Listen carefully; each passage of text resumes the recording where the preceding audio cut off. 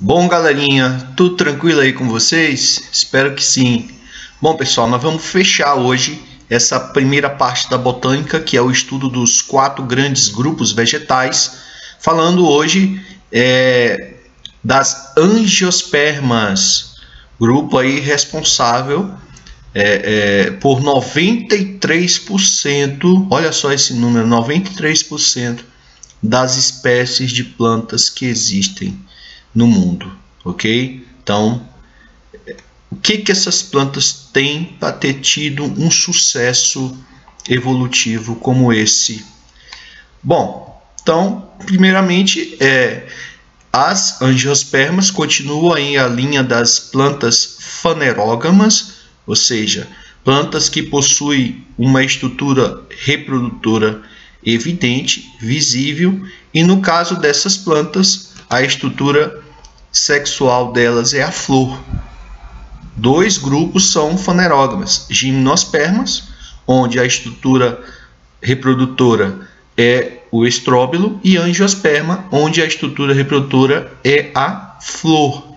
Beleza? E por apresentarem flor, essas plantas recebem a denominação de plantas antófitas. Antófitas, ok? Bom,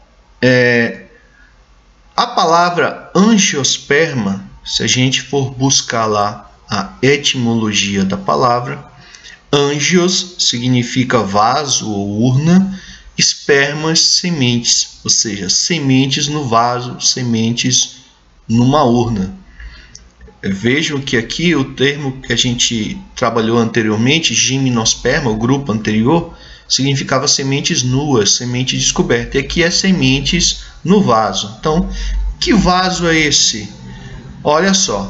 Então, aqui nós temos uma flor básica de uma angiosperma, tá certo? Percebam que existe no centro da flor uma estrutura que lembra uma garrafinha, tá certo? Como se fosse um vasozinho de pescoço longo. Um vaso, por exemplo, de guardar outras flores, a forma, né? E devido a ter essa formazinha de um vaso, daí você começa a entender o que tem a ver esse vaso, tá certo? Bom, e no interior desse vaso existe o ovário, onde dentro nós temos os óvulos, beleza? Onde dentro nós temos os óvulos. Aqui em detalhe está o óvulozinho.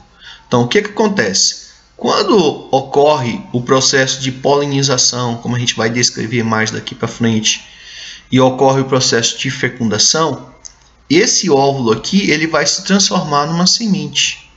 Ou seja, essas plantas vão produzir as sementes dentro dessa estrutura em forma de vaso, daí o termo angiospermas. E esse vasozinho aqui é que vai originar o fruto. Mais precisamente aqui o ovário, ele vai se transformar no fruto. Beleza? Então, daí a etimologia da palavra. E a parede desse vasozinho é uma folha modificada que nós chamamos de carpelo, tá certo?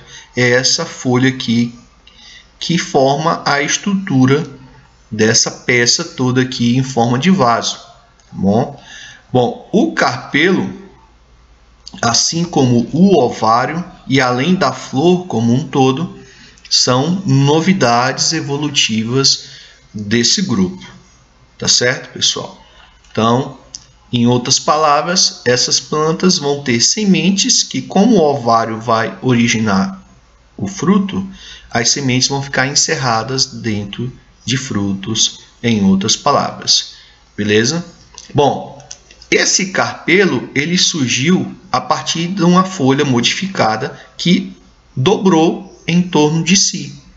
Ao longo do processo de evolução, aqui seria o megasporófilo lá de uma angiosperma primitiva, e ele se dobrou, né? Ele tinha óvulos aqui, essa estrutura se dobrou e formou essa estrutura em forma de vaso, onde os óvulos vão se posicionar ali dentro do ovário, tá certo? Então, cada peça de uma flor é uma folha modificada pelo processo evolutivo. E que vantagem essas flores trouxeram? Veja só nessa imagem aqui. O grupo anterior, o grupo das gimnospermas, a polinização ela se dava praticamente e exclusivamente pelo vento. Só tinha esse agente polinizador. Só que o vento ele leva o pólen para todos os lados, em todas as direções. Já por terem flores com estruturas atrativas, como a cor das pétalas, os túbulos nectários, as glândulas odoríferas, essas plantas passaram a utilizar os animais como vetor para transportar o seu pólen, garantindo aí a fecundação cruzada entre diferentes indivíduos. Isso proporcionou à flor elas ampliarem o leque de opções de agentes polinizadores, tá certo? Gerando mais variabilidade genética no grupo. A gente está sempre falando da importância da variabilidade genética. Então a flor, com suas peças, são uma das grandes responsáveis, tá, pelo sucesso reprodutivo e, consequentemente, evolutivo desse grupo. Por isso que esse grupo domina as paisagens mundiais com 93% aí das espécies. É o grupo de maior biodiversidade, ok? E além da flor, a outra explicação para o sucesso evolutivo desse grupo é a questão do fruto. Por quê? O que é o fruto? É o resultado da flor polinizada. A flor ela se transforma no fruto, beleza? O fruto é outra apomorfia desse grupo. E qual é a importância do fruto? Quando eu corto um fruto como esse aqui, um cupuaçu, o que eu encontro dentro? A polpa e aqui as sementes. E qual é a função do fruto? A função do fruto é atrair os animais que vêm saborear esse fruto, e lá onde ele vai saborear, ele vai dispersar aquelas sementes, onde dentro tem um embriãozinho da planta. Ou seja, ajuda aí na propagação da espécie no continente. Então, o fruto e flor são as duas grandes responsáveis, né? São as duas grandes estruturas responsáveis pelo sucesso evolutivo do grupo. Como elas têm sementes, elas também são espermatófitas, além das outras características que vocês já conhecem. Elas têm vasos condutores, são traqueófitas. Por ter vasos condutores, elas formam tecidos verdadeiros, são cormófitas. Por terem pólen e não depender da água para a fecundação, elas são chamadas de sifonógamas. Por quê? Porque produzem o tubo polínico. O tubo polínico é a estrutura responsável pela a fecundação. Nessas plantas, o esporófito é a fase dominante do ciclo, mesma coisa em relação ao grupo anterior das gimnosperma, e a fase gametofítica ela é reduzida a nível microscópico. Então, aqui só rapidamente o ciclo de uma angiosperma está aqui. Isso que nós conhecemos da angiosperma, a árvore, a planta, a erva, é a fase esporofítica, ok? E a fase gametofítica ela vai ser representada aqui pelo pólen, que é produzido pelos estames, e pelo, tá aqui, ó, o gametófito é o pólen desenvolvido, mais precisamente. E o gametófito feminino vai ser o recheio do óvulo, que nós chamamos de saco embrionário, ok? Então, vou mostrar na frente mais detalhes desse ciclo aqui, tá certo? Só para vocês começando aí a entender o processo reprodutivo das angiospermas. Além disso, por produzir esporos de tamanhos diferentes, micrósporos e megásporos, elas são chamadas de heterosporadas. Isso não é novidade para vocês, beleza? Essa questão de produzir esporos, isso já acontece com o grupo das gimnospermas. E outra coisa, essas plantas elas não soltam esporos no ambiente, porque elas soltam ou é o pólen ou é a semente, ok? É dessa maneira que elas se dispersam. Bom, então nós temos aqui a estrutura da flor, a estrutura sexual reprodutiva responsável pela reprodução sexuada desta planta. Nós temos aqui os estames, responsáveis por produzir o pólen, nessas cabecinhas dos estames que nós chamamos de antera, e aqui a haste que sustenta a antera é chamada de filete. O estame aqui vai representar a parte masculina, que nós chamamos de androceu. Já essa garrafinha aqui, nós chamamos de pistilo, ele tem uma abertura, que é o estigma, que é onde o pólen deve cair, o estilete, que é a parte longa do pistilo, e lá no interior, na parte baixa dessa garrafinha, nós temos o ovário, que é a cavidade que abriga os ovos. Então, os óvulos, quando fecundados, eles vão dar origem à semente, e o ovário ele vai dar origem ao fruto. Além disso, a flor tem as pétalas, que tem a função de atrair os polinizadores, e as sépulas com a função protetora. Beleza? Bom, como eu falei para vocês, o óvulo, após a polinização e fecundação, ele vai originar a semente, e o ovário ele vai formar o fruto. Aqui está o abacate, o fruto com uma única semente. Ok? Bom, mas como acontece isso, a formação da semente e a formação do fruto? Tudo começa aqui com a produção do pólen, beleza? Então aqui nós temos uma imagem real dos estames, aqui nós temos 7 estames com as anteras e o pólen aqui grudado, ela liberando aí o pólen. Isso aqui é a garrafinha que eu mostrei para vocês. Aqui é o estigma onde o pólen deve cair. Beleza? Bom, mas primeiramente nós temos que entender como é que ocorre a formação do grão de pólen. E é extremamente a mesma sequência de eventos que acontece lá na gimnosperma que eu expliquei para vocês. Então, lá nas anteras que ficam na cabeça dos estames, nós temos os sacos polínicos, onde é produzido o pólen, a partir de uma célula precursora, que vocês já sabem o nome dela, a célula-mãe dos micrósporos, que nós chamamos de microsporócito. É o microsporócito. Ele sofre a meiose, meiose 1, meiose 2, e se transforma em 4 células que nós chamamos de micrósporos. Cada micrósporo desse é que vai formar um grão de pólen. Só que o pólen, lembra, ele tem 2 células. A célula do tubo polínico e a célula geradora. A célula do tubo polínico vai formar o tubo polínico e a célula geradora vai formar os gametas, que são os núcleos espermáticos. Ou seja, é a mesma sequência de eventos já explicadas na aula de gimnosperma. É a microsporogênese, a formação do pólen. E aqui estão os eventos citológicos da meiose que acontece aqui, a meiose 1 e a meiose 2, formando aí, cada célula dessa que entra em meiose vai formar 4 micrósporos que vão originar o pólen. Esses micrósporos eles não são liberados, eles só são liberados quando eles se transformam no pólen. O pólen é que é liberado, beleza? Aqui nós estamos vendo outro polinizador, que são as borboletas. Bom, na parte feminina está ocorrendo a megasporogênese, que é a formação do óvulo, o desenvolvimento do óvulo, beleza? Então vejam só, está aqui a garrafinha que eu falei para vocês, que nós chamamos de pistilo, a abertura dele é o estigma, aqui o estilete e aqui o ovário.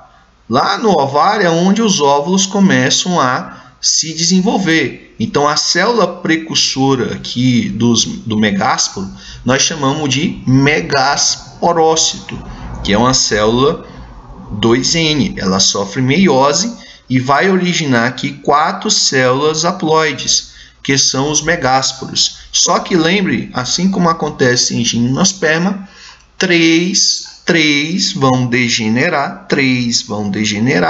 e vai ficar apenas um megásporo funcional. Esse megásporo funcional é quem vai dar origem à fase gametofítica feminino, que é o recheio do óvulo. Então, esse megásporo é uma célula só. Aqui dentro do óvulo nós vamos ter 8 células. Então, acontece aqui 3 mitoses para originar aqui as chamadas antípodas, os núcleos polares, a oosfera e as sinégides. Vou já explicar a função de cada uma dessas células aqui. Então, o recheio do óvulo vai representar aí o gametófito feminino, a fase gametofítica feminina, que nós podemos chamar também de saco embrionário. Bom, então o óvulo aqui está maduro, pronto para receber o pólen, tá bom? Então, o que vai acontecer em seguida? Quando o pólen ele cai aqui no estigma, a gente diz que a planta foi polinizada, ocorreu a polinização. No momento que ocorre a polinização, dois eventos acontecem. Da mesma maneira que eu expliquei em gimnosperma. A célula do tubo começa a se alongar e crescer aqui por dentro da garrafinha, por dentro do pistilo.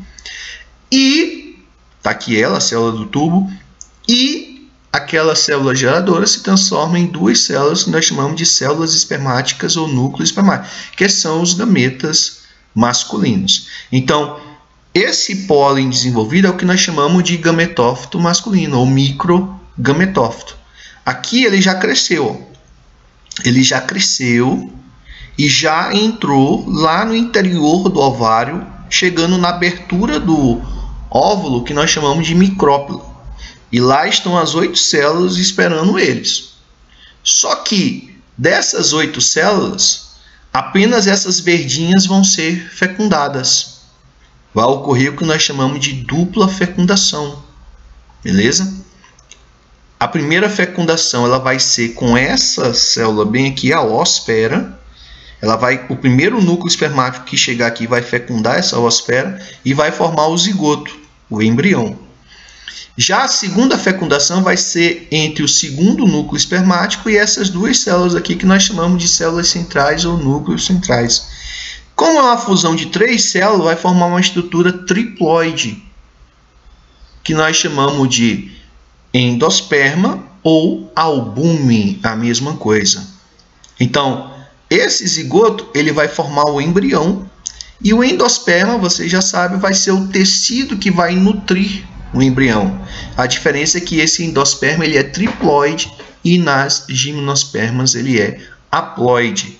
Então, essa estrutura aqui, o óvulo, ela vai se transformar em quê? Na semente, com o embrião, com o endosperma e a casca. Essa casca, lembrando, assim como em gimnosperma, ela vem do nucelo, que é a capa do óvulo aqui, a capa externa do óvulo, por isso que a casca ela vai ser diploide. E essa estrutura aqui, o ovário, ele incha e vai originar aqui o fruto, tá bom?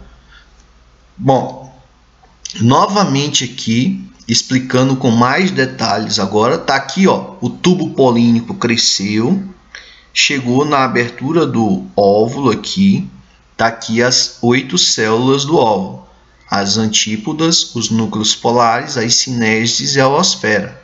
Então, a primeira fecundação ela vai ser entre esse primeiro núcleo espermático aqui e a oosfera, vai formar o zigoto. E a segunda fecundação ela vai ser entre o segundo núcleo espermático e essas duas células centrais aqui, que nós chamamos de núcleos centrais ou células centrais. Vai formar um endosperma. Professor, e as antípodas que estão aqui atrás e as sinégides que estão ao lado da oosfera, o que acontece com elas? Elas degeneram. Elas vão degenerar e vão virar nutrientes para o embrião durante o período em que ele estiver dentro da semente. Beleza? Acredita-se que em angiospermas no passado, essas células eram gametas que participavam da fecundação. Só que com o tempo elas perderam essa capacidade. Hoje é o que a gente chama de estruturas vestigiais. Beleza? Bom, então veja só, novamente aqui mais detalhes, mostrando aqui a chegada do tubo polínico, tá certo? A primeira fecundação, a segunda fecundação, ou seja, as angiospermas elas são caracterizadas por ter dupla fecundação. Dupla fecundação, só acontece com elas, para formar duas estruturas na semente, o embrião e o endosperma, tá bom? Lembrando aqui que o embrião ele é diploide, enquanto o endosperma ele é uma estrutura triploide, beleza? O endosperma é uma estrutura triploide. Bom, quando ocorre a formação da semente, o ovário da flor ele começa a inflar, a inchar e vai formar o que nós chamamos de fruto. Olha aqui, por exemplo, o que acontece aqui com o tomate. E as pétalas e as sépalas elas murcham e caem, ficando aí somente aí o fruto. Repetindo a regra, o óvulo vira a semente e o ovário vira o fruto, beleza? Bom, então este é o ciclo de uma angiosperma. Aqui é a fase esporofítica com raiz, caule, folhas, flores, beleza? Está aqui a flor em detalhe com os estames e a garrafinha que nós chamamos de pistilo. E lá dentro está o óvulo, dentro do ovário. Então as anteras são as pontinhas dos estames, é onde ocorre a microsporogênese, que vai formar os grãos de pólen. E esses grãos de pólen que são dispersos no ambiente. Como essa flor ela é hermafrodita, ela pode inclusive se autofecundar. Esse pólen pode cair no próprio estigma dela mesmo, beleza? Já o óvulo aqui maduro, ele é composto de 8 células, só que só 3 são fecundadas. A oosfera vai ser fecundada pelo primeiro núcleo espermático e as células centrais pelo segundo núcleo espermático. Lembrando que o grão de pólen desenvolvido, ou seja, com um tubo polínico se formando, é o que nós chamamos de estágio gametofítico masculino, ou microgametófito, que além de ser transitório, ele é bem reduzido, microscópico. E o megagametófito, nós chamamos de saco embrionário, é o recheio do óvulo, tá bom? É o recheio do óvulo. Então, o óvulo aí tem uma capa, só que a capa é diploide. Então, o recheio do óvulo, que na realidade é o estágio gametofítico, porque o estágio gametofítico, vocês já sabem que é totalmente haploide, só formado por células haploides. Bom, então tá aqui ó, o grão de pólen com tubo polínico desenvolvido. E aí tem a primeira fecundação, que forma o zigoto, e a segunda fecundação, que forma o endosperma. Então, forma-se dentro aí do pistilo a semente.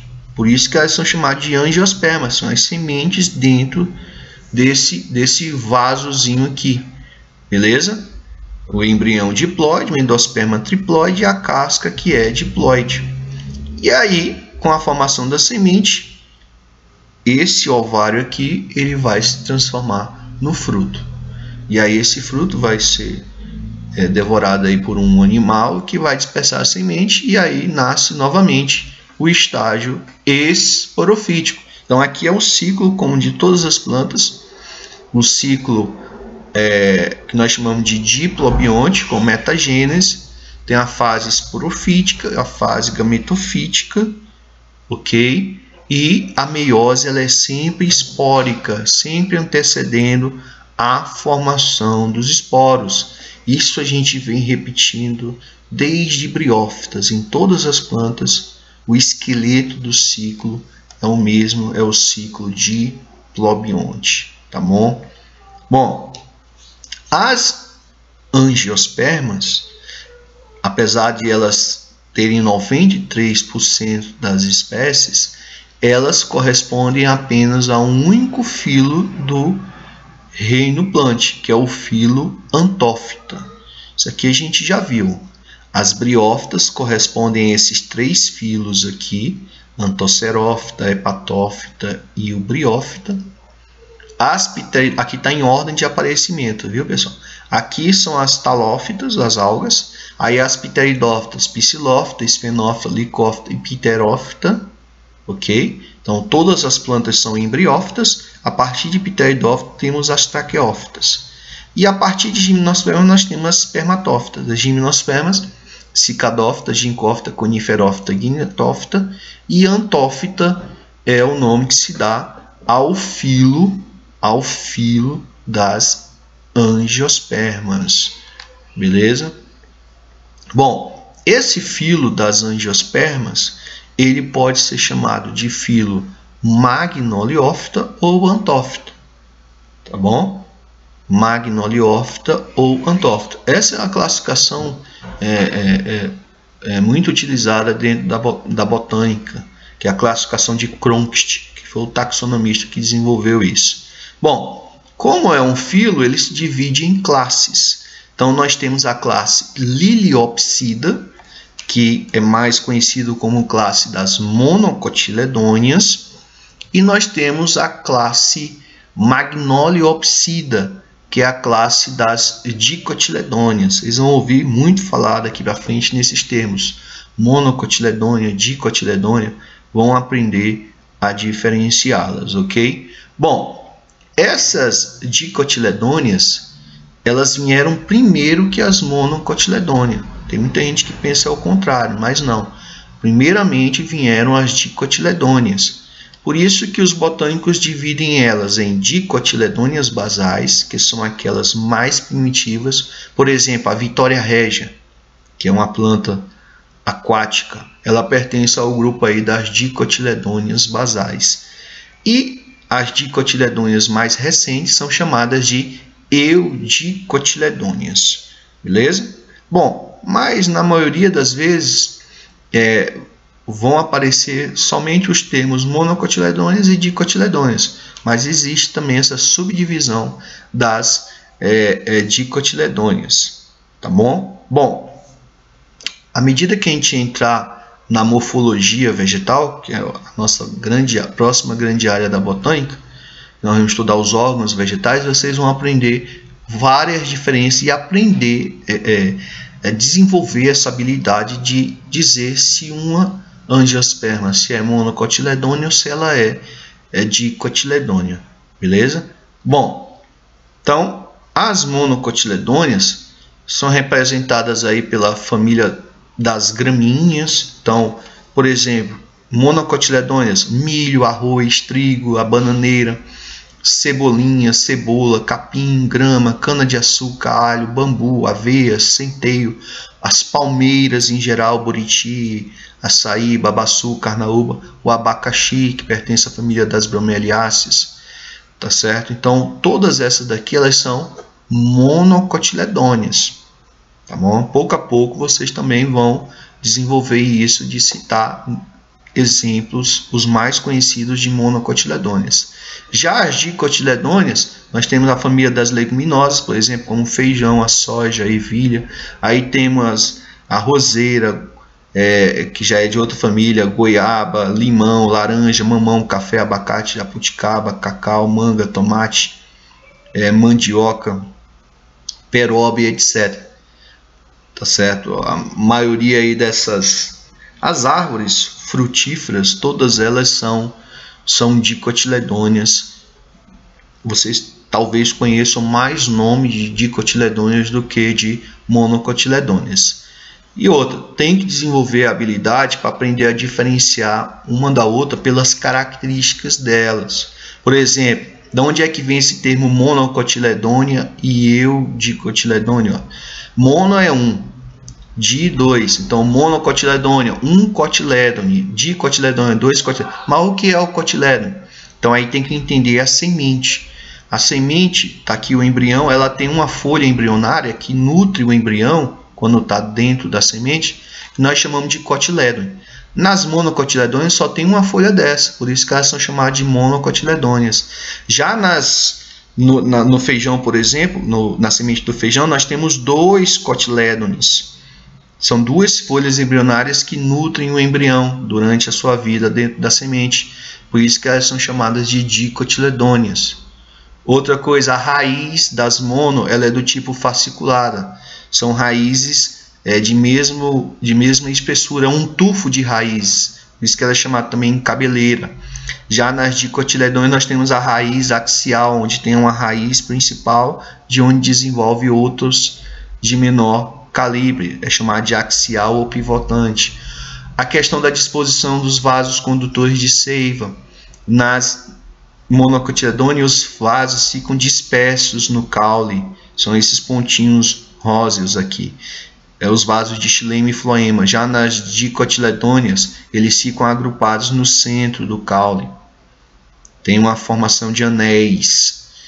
A folha das monocotiledôneas tem nervuras paralelas, esses raiozinhos paralelos, que é onde tem xilema e floema, é chamada de folha paralela inérvia. Nas dicotiledôneas, você forma aqui, tem uma nervura central, onde partem outras nervuras laterais, formando uma rede de nervuras. Nós chamamos de folha peninévia ou retículo inérvia. Então, isso caracteriza as dicotiledôneas. Em relação à flor, as flores das monocotiledôneas, elas têm 3 pétalas, são chamadas de trimas, ou múltiplo de 3, 6, 9 pétalas. Já das dicotiledôneas, elas podem ser pentâmeras ou tetrâmeras também. Acrescentem isso aí. Elas podem ter 4 ou 5 pétalas, beleza? Ou múltiplos de 4 e 5, por exemplo, 20 pétalas é também dicotiledônea, tá bom? Então, ao longo da morfologia, nós vamos citar essas e outras diferenças para vocês desenvolverem a habilidade de dizer se uma angiosperma, se ela é da classe das monocotiledôneas ou das dicotiledôneas. Ok, pessoal? Aqui são as primeiras diferenças que vocês estão tendo contato no momento. Então é isso aí, pessoal. Um grande abraço e até a próxima. Tchau!